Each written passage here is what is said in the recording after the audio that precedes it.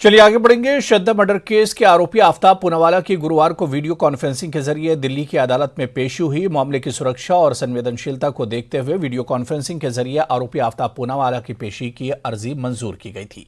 Court ने आफ्ताब की 5 दिन की पुलिस रिमांड बढ़ा दी है। पुलिस ने आफ्ताब की 10 दिन की रिमांड मांगी थी। आफ्ताब के नार्को टेस्ट की दिल्ली पुलिस की एप्लीकेशन पर भी सुनवाई हुई है। कोर्ट ने आफ्ताब के नार्को टेस्ट की इजाजत दे दी है। आफ्ताब ने भी नार्को टेस्ट के लिए हामी भरी है।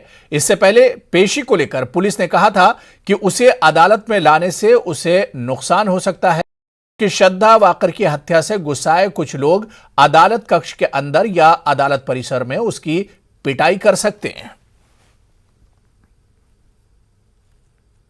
हियरिंग पे उसको अपीयर करा दिया है, वो हो गया है। पुलिस ने रिमांड के लिए एप्लीकेशन मूव की है। 5 डेज का रिमांड हो गया जो हमें पता चला, और नार्को टेस्ट की एप्लीकेशन अलाउ हो गई है। पुलिस ने क्या था, नार्को टेस्ट की जरूरत क्यों पड़ रही है इस पूरे मामले में? पुलिस ने कुछ मैडम, मैंने आपको बताया, देखिए इस तरह का ऑफेंस जब सीक्रेसी में कमिट होता है तो आपको इंडिपेंडेंट विटनेस नहीं मिल सकते, आई विटनेस नहीं मिल सकते, तो आप कैसे रिलेट करेंगे चीजों को? रिलेट करने के लिए सर्कमस्टेंशियल एविडेंस तैयार करेंगे। सर्कमस्टेंशियल एविडेंस कैसे होगा?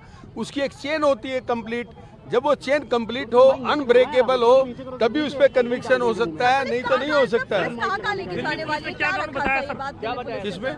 देखिए, जहाँ जहाँ गर्लफ्रेंड के साथ ये रहा होगा, जहाँ जहाँ घूमा फिरा होगा, जिस भी होटल में रुका होगा, जिन जगहों पे गया होगा, देखिए वो तो अब अक्यूज को ले जाएंगे, वो पीसी में बताएगा ना, उसका डिस्क्लोजर स्टेटमेंट लिखेंगे। वो कोई डेट अभी हुई डिसाइड इसके लिए, नार्को के लिए? किसके लिए? नार्को के लिए कोई डेट नहीं, वो अभी कोई डेट ऐसी डिसाइड नहीं है, मेरे नॉलेज में नहीं है, हमें कुछ ऐसा पता नहीं चला।